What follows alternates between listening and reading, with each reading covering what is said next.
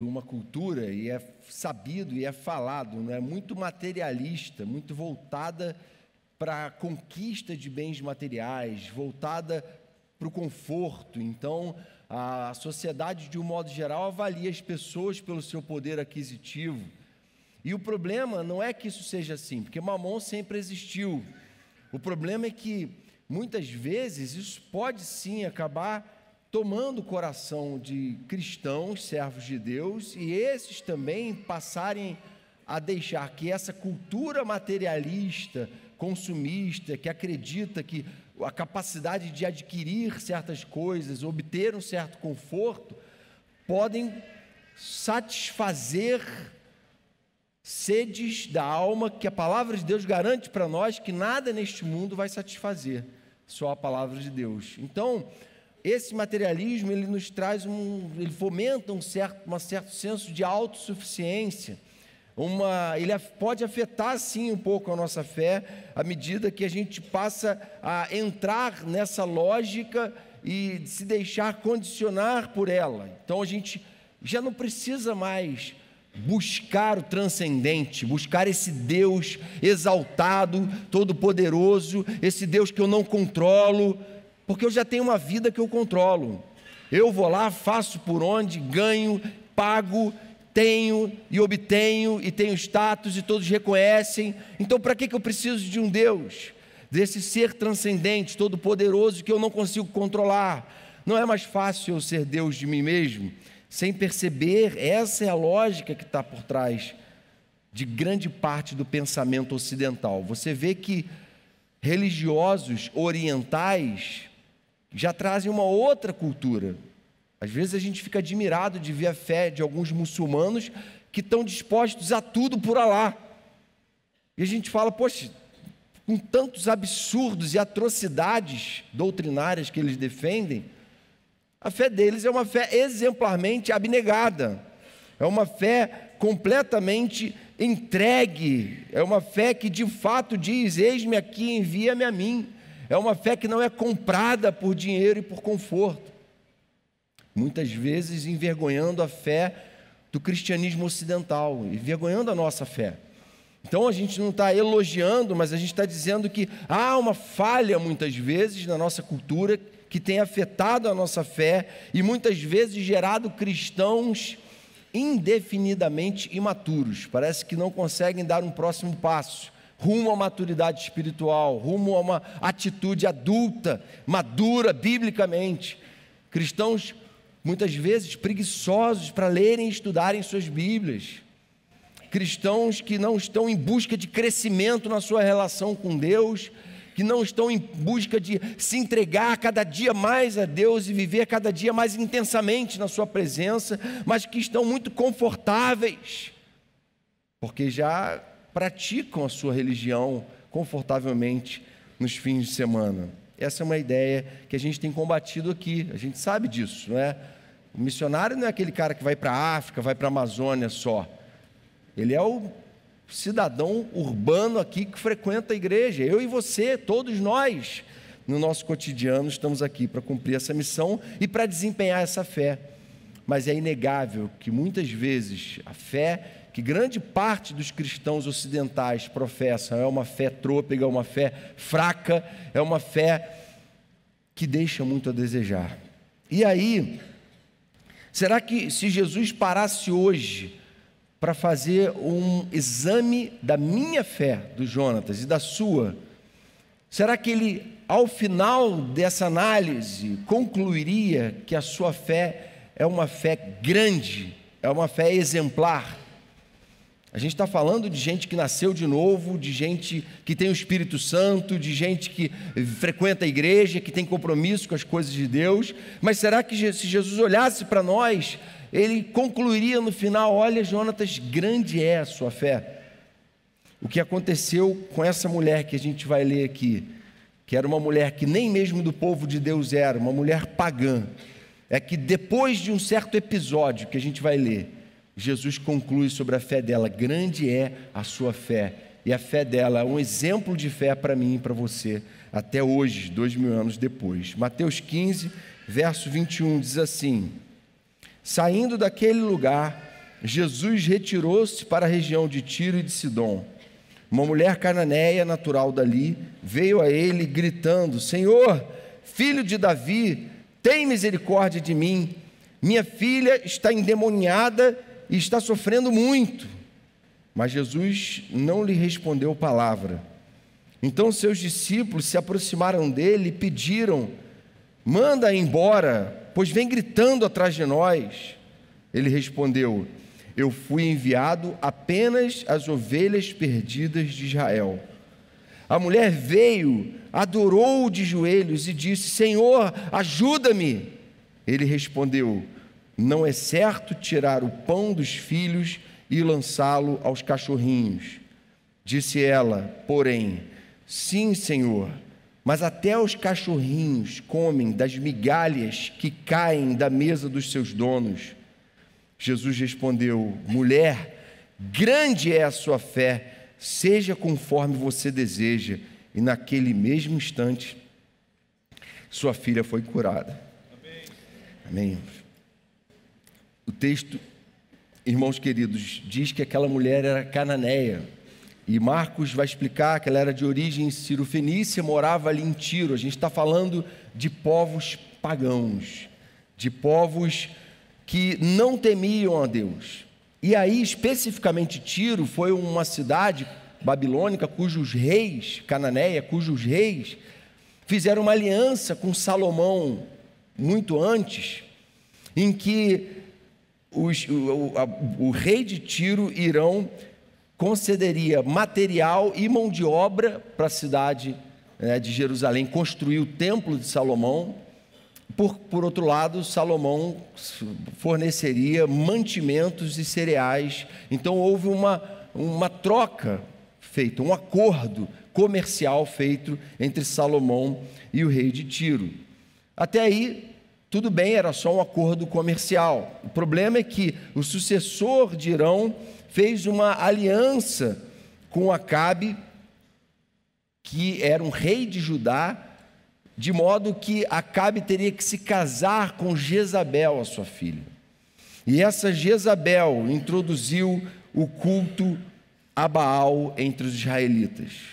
Então havia uma mancha daquela cidade de Tiro e daquele povo em relação ao povo de Deus, de modo que nesse tempo aqui em que Jesus viveu e o contexto que cercava ele, era um contexto de uma história marcada negativamente por ter sido um povo que fez muito mal, porque além de os israelitas terem se corrompido e participado de culto a Baal e se misturado com o povo babilônico, o que aconteceu posteriormente foram os cativeiros assírio pelo reino do norte e babilônico pelo reino do sul.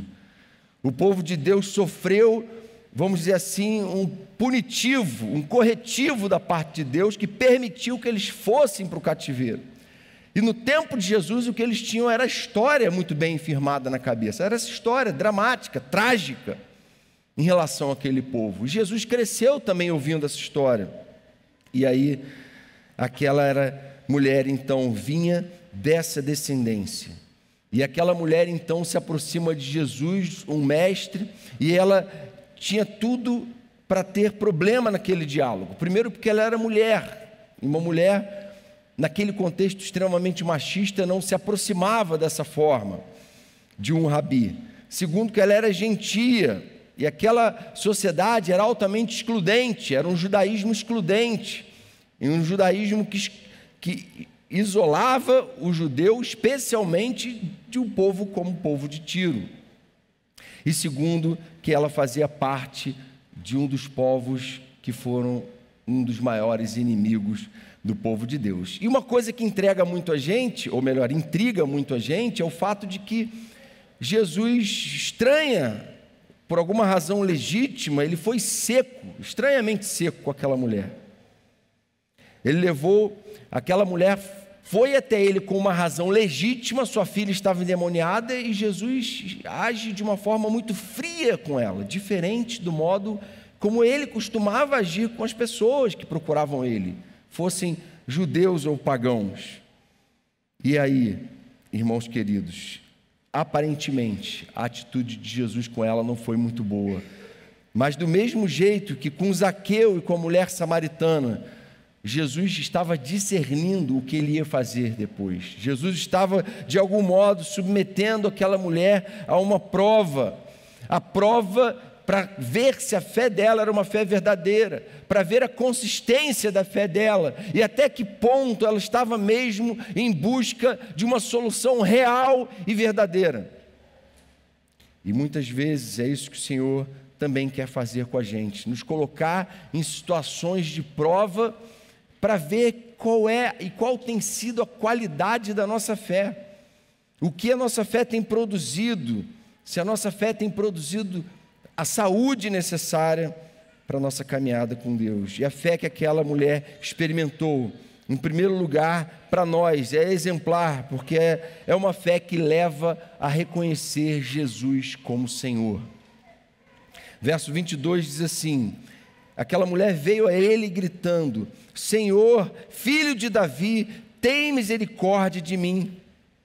Veja bem, não se tratava de uma fé na religião, de uma fé no mestre peregrino que está passando por aí, numa fé na fé, como muitos praticam hoje, no pensamento positivo. Se tratava na fé em Jesus como Senhor, Senhor, filho de Davi. O que ela está fazendo é uma reparação histórica. Ela está dizendo: Senhor, eu conheço a história de Davi e de Salomão, eu conheço a história da origem do seu povo, e eu reconheço que o Senhor vem desse povo. Eu reconheço que você é o Senhor. E esse reconhecimento de que Jesus é o Senhor é uma coisa que muitos fazem da boca para fora, mas nem todos estão fazendo isso plenamente conscientes do que é a figura do Senhor e do servo, do rei e do súdito. Muitas vezes a gente diz que o Senhor é rei, mas a gente não age como súdito, pronto a servir, pronto a obedecer, pronto a ser leal e a ser fiel a esse Senhor. E aquela mulher, então, em primeiro lugar, a fé dela era essa fé entranhada, consciente. E ela então se aproxima do Senhor, não como, quem sabe, mais um mestre que eu vou poder manipular, que eu vou poder usar, quem sabe, um poder de um feiticeiro para resolver o problema da minha filha endemoniada.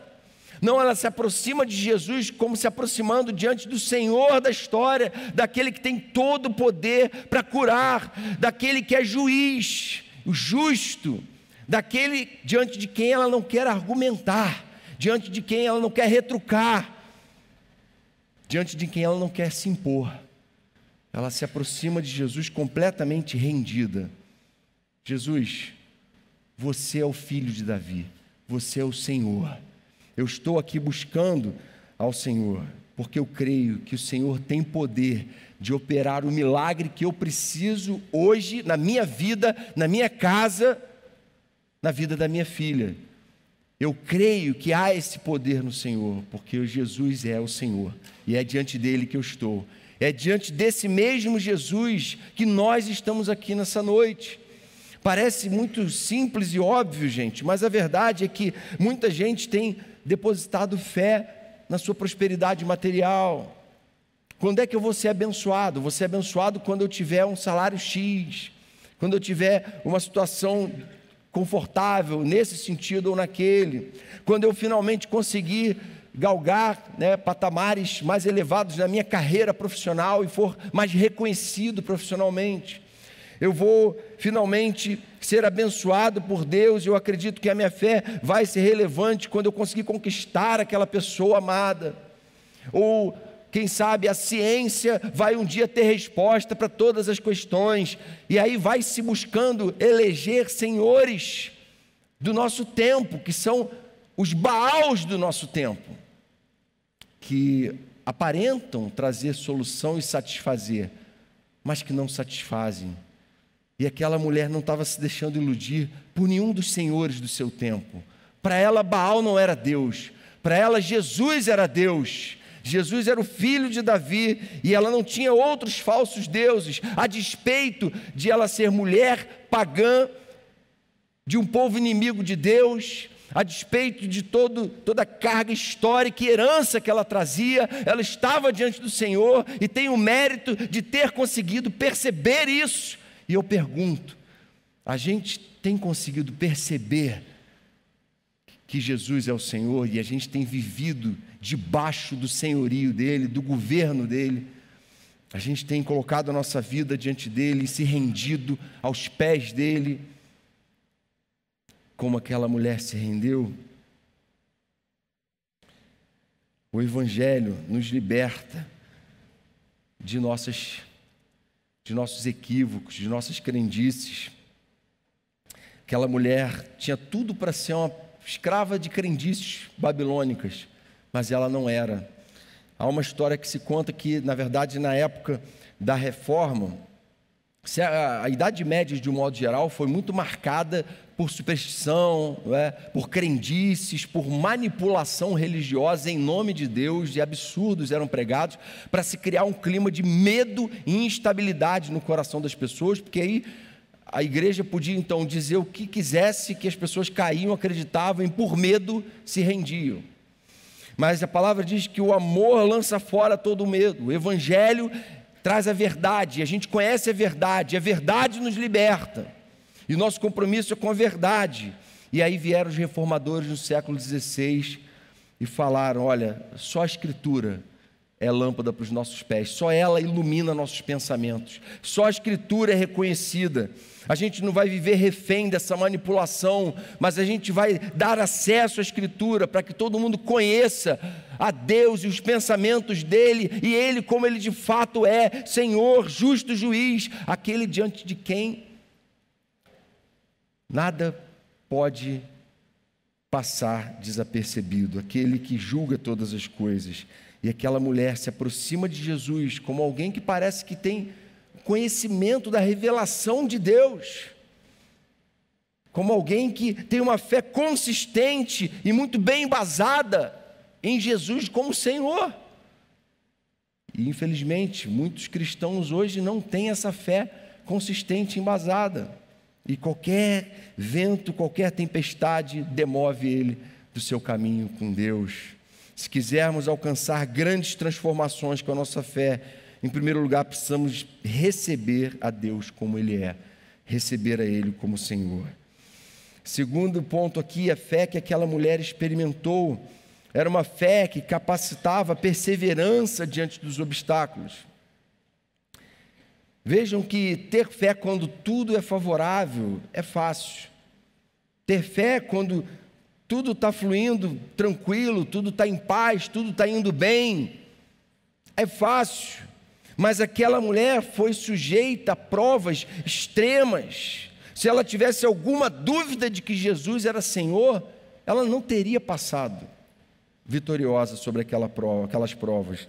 Se ela tivesse deixado um pouquinho de orgulho alojado no coração, de algum modo, se ela deixasse que o contato dela com Jesus fosse afetado pelo orgulho pecaminoso da alma humana, ela sairia dali revoltada com Jesus, porque ela enfrentou naquele diálogo obstáculos que provavelmente muitos cristãos hoje não suportariam enfrentar. O primeiro obstáculo foi a indiferença do Senhor. No verso 23, Jesus não lhe respondeu palavra. Jesus a ignorou. E às vezes a gente pensa que Deus tem que estar falando o tempo todo, tem que estar fazendo o tempo todo, e o que Deus quer é simplesmente não falar nada. E o que Ele quer é simplesmente o silêncio, porque para a gente o silêncio pode ser doloroso, mas Ele sabe a importância que o silêncio às vezes vai ter. Ele sabe a importância que vamos colocar assim, jogo duro que Ele pode fazer com a gente, pode nos trazer. Deus pode simplesmente nos colocar numa situação de luta e de prova, e há um propósito para essas coisas. A palavra ensina isso, não há propósito apenas para festa e para alegria, não. Há propósito para o luto também, há propósito para as perdas, há propósito para o silêncio, há propósito para a adversidade e os obstáculos que a vida reserva para a gente. e Jesus simplesmente a ignorava. É verdade que a Bíblia nos apresenta um Deus com os ouvidos inclinados à nossa oração. Deus sempre está nos ouvindo, sempre está olhando para nós, sempre está se movendo em nossa direção, sempre está preocupado com a gente, mas Ele nem sempre está atendendo a coisa do jeito que a gente queria. Mas Ele nem sempre está falando como a gente gostaria, porque há propósito nisso. Ele às vezes permite isso para abater nosso imediatismo, nossa ansiedade, para provar a nossa fé, para saber até que ponto a gente está disposto a expressar uma fé verdadeiramente madura e consciente do senhorio dele. E aquela mulher passou nesse primeiro obstáculo, nessa primeira prova. A segunda prova foram as palavras de desprezo dos discípulos.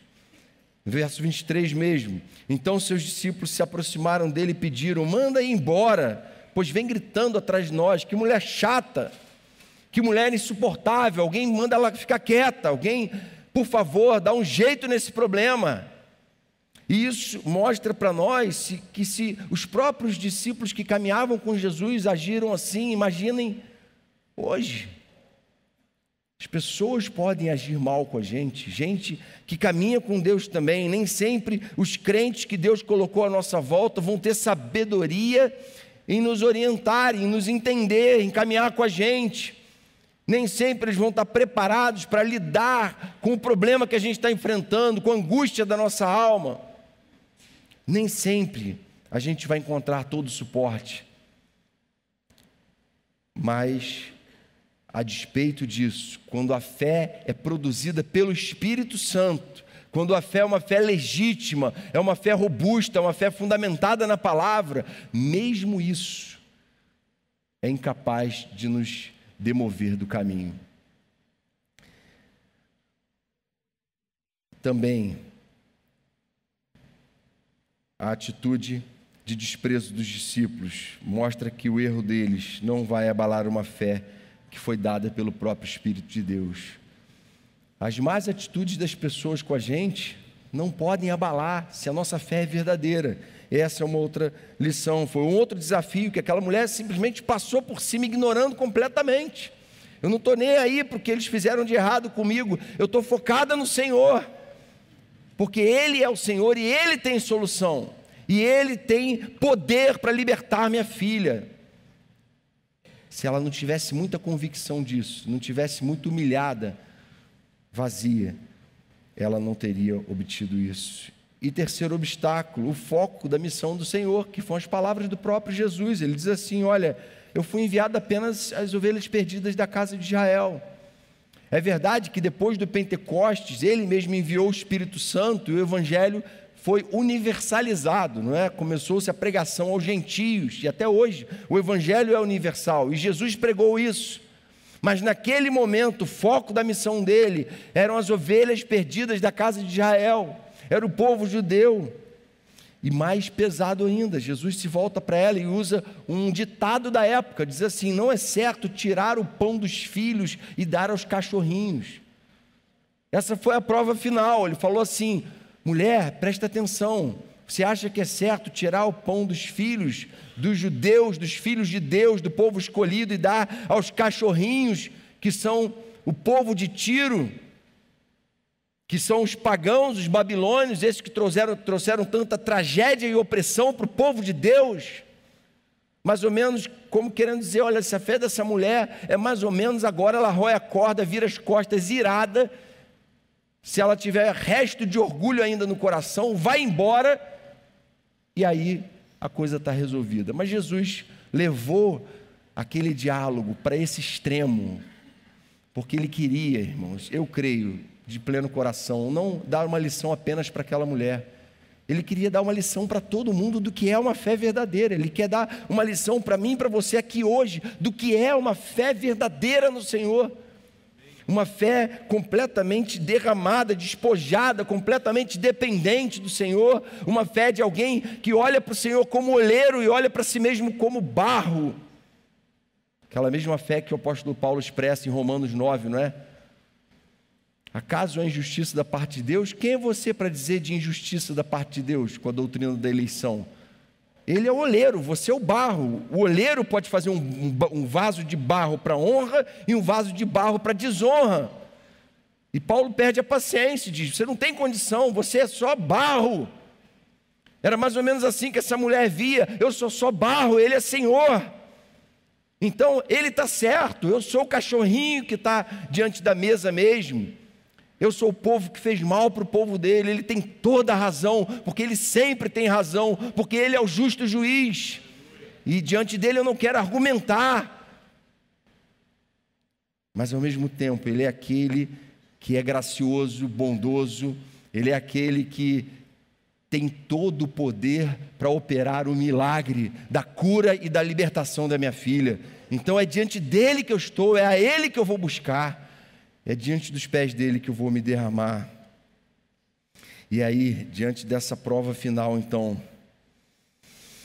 a mulher, irmãos, expressa, além dessas duas características da fé dela, uma terceira, é uma fé que se humilha em adoração incondicional. A resposta da mulher a Jesus, verso 25, a mulher veio, depois de apanhar desse jeito, ela o adora de joelhos e diz: Senhor, ajuda-me. Ela diz, 27, sim, Senhor, mas até os cachorrinhos comem das migalhas que caem das mesas dos seus donos. Senhor, eu sou mesmo um cachorrinho, eu sou mesmo essa pessoa, mas eu estou aqui para dizer que eu estou disposta a viver debaixo de uma aliança com o Senhor, eu estou disposta a me submeter ao seu senhorio, ao seu governo. Coisa, irmãos, que não é produzida e gerada, essa fé não é produzida e gerada pelo homem natural, é uma fé produzida pelo Espírito Santo. Foi a mesma fé do publicano, não é? O fariseu estava lá se achando super espiritual e o publicano bate no peito e se humilha. Essa mesma fé é encontrada em Jó, que sofreu tudo que sofreu e no final, ao invés de amaldiçoar o Senhor, ele amaldiçoou o dia do seu próprio nascimento. O problema não está em Deus, o problema está em mim. O problema está no que eu herdei, o problema está no que eu carrego comigo. O demônio que está lá na minha filha está lá porque tem uma razão para estar. A gente é um povo que fez aliança com o diabo no passado e tem consequências para isso, e em lugar nenhum mais eu vou encontrar solução para isso. Há razões para a gente enfrentar certas adversidades, e muitas vezes o Senhor quer apenas saber se a gente de fato quer a cura e a libertação, e Ele quer operar assim para a glória dEle. Pense num pecado que você já cometeu no passado. O Senhor é capaz de te libertar desse pecado. Muitas vezes é possível que a gente tenha se acostumado com certos pecados. E aí mesmo você caminhando com Deus, caminhando na igreja, você vive praticando um pecado ou outro, ou vive, de certo modo, acostumado. E a fortaleza que mantém esse pecado ali sendo cultivado se chama orgulho. E tudo que Deus espera que você faça para obter a libertação desse pecado é que você se humilhe, que você desperte desse sono espiritual para perceber a gravidade desse pecado e que você se coloque diante dele. Pense num problema de relacionamento. A atitude de humilhação diante do Senhor é capaz de resolver qualquer problema de relacionamento. É capaz de nos libertar de qualquer pecado. A gente crê nisso, por isso que a gente está aqui pregando o Evangelho.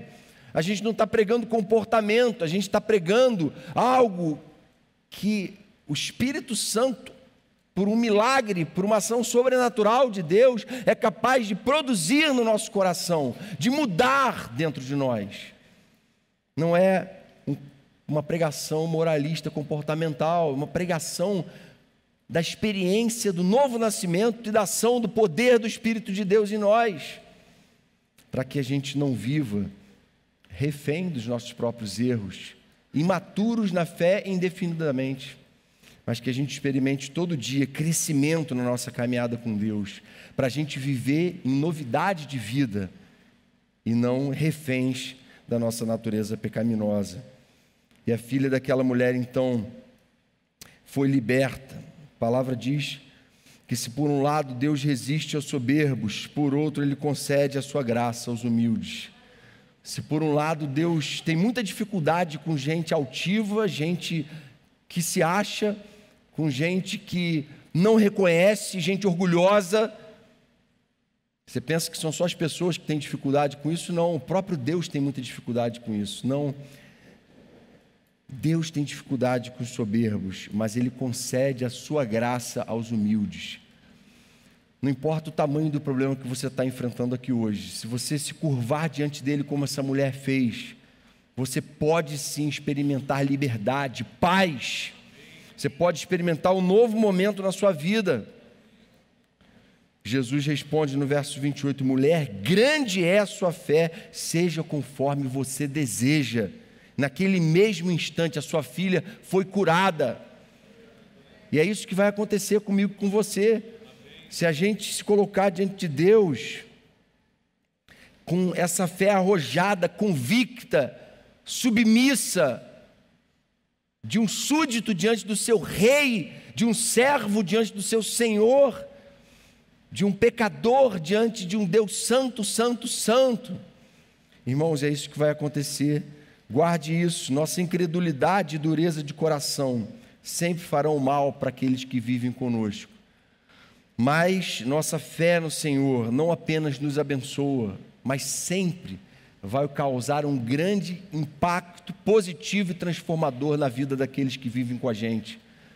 E a filha daquela mulher foi curada, liberta da opressão de Satanás, porque ela levou essa atitude até o fim, levou a sua fé até o fim. Para Deus não importa o tamanho do problema que você tem enfrentado, não importa o que você tenha herdado e trazido até aqui, não importa se você está aqui hoje sem saber o que fazer com isso, sem soluções humanas. Para Deus importa o quanto você tem depositado nele a sua esperança.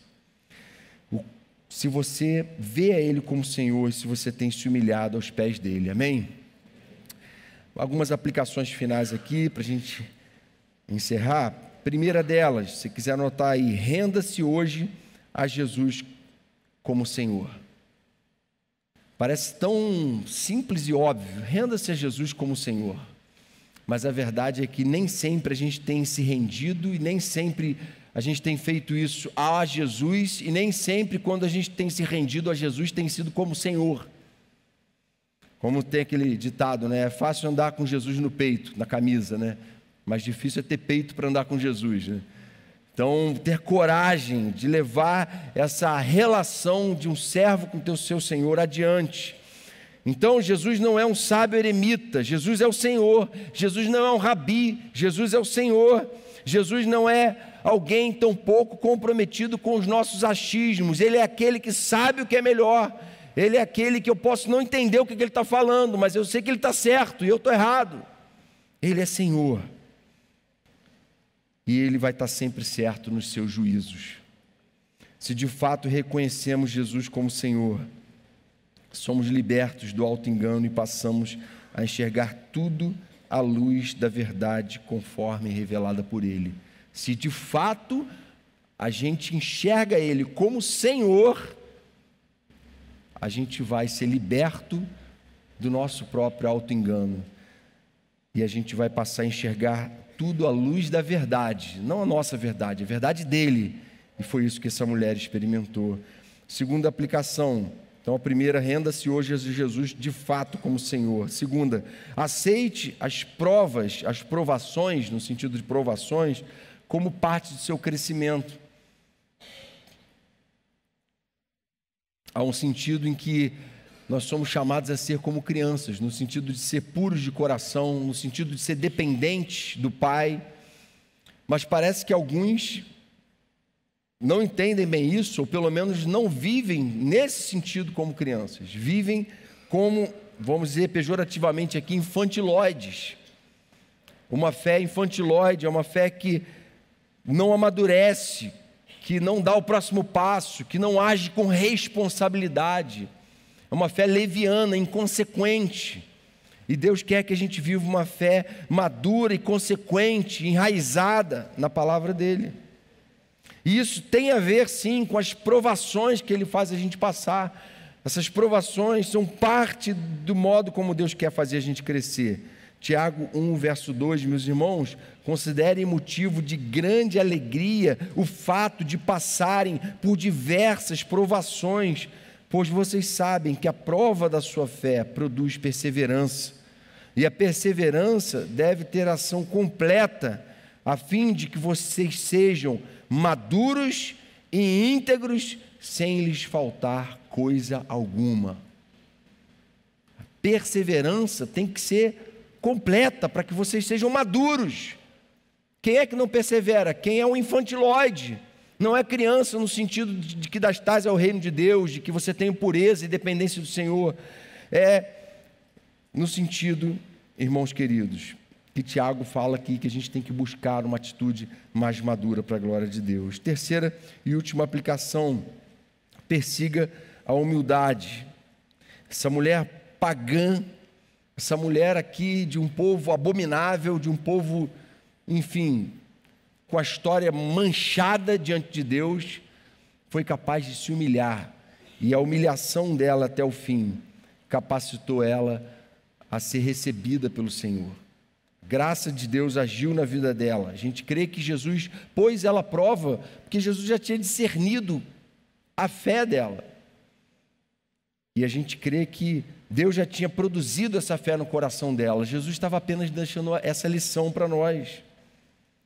Provérbios 18, 12 diz assim: antes da sua queda, o coração do homem se envaidece, mas a humildade antecede a honra. A vaidade e o orgulho, a minha vaidade, a sua vaidade, o nosso orgulho, nos leva à queda. Mas a humildade antecede a honra. A nossa humildade nos leva a ser honrados pelo Senhor, e esse é um princípio bíblico, do início ao fim. Não há problema espiritual insolúvel para pessoas que estão determinadas a se humilhar na presença de Deus. Amém? Não há problema espiritual sem solução, desde que você esteja aqui hoje como essa mulher. Senhor, filho de Davi. Senhor, filho de Davi. Senhor, eu sei quem você é e eu sou tua serva. Eu estou aqui para me render e para me entregar completamente e para ouvir o que o Senhor tem a falar e para levar essa fé adiante. Amém? Senhor querido, vem sobre nós capacitar o teu povo com essa mesma fé. Senhor, essa fé que é uma resposta verdadeira, autêntica e positiva ao teu chamamento. É uma fé, Senhor, que condiciona toda a nossa vida, que começa do lado de dentro, condiciona tudo do lado de fora, que nos faz enxergar todas as circunstâncias que a gente enfrenta de uma forma muito mais positiva e construtiva. Que o Senhor faça assim com a gente, que o Senhor estenda a tua mão sobre cada lar aqui representado. Pai, que o Senhor nos faça sábios e influenciar positivamente os nossos filhos. Que o Senhor nos faça, Pai, exercer a fé que a gente tem no Senhor de modo verdadeiro, positivo e bem fundamentado na tua palavra, e que essa fé venha produzir vida ao nosso redor, dentro e fora de nós, para a tua honra, louvor e glória que te pedimos, Senhor. Amém, Jesus.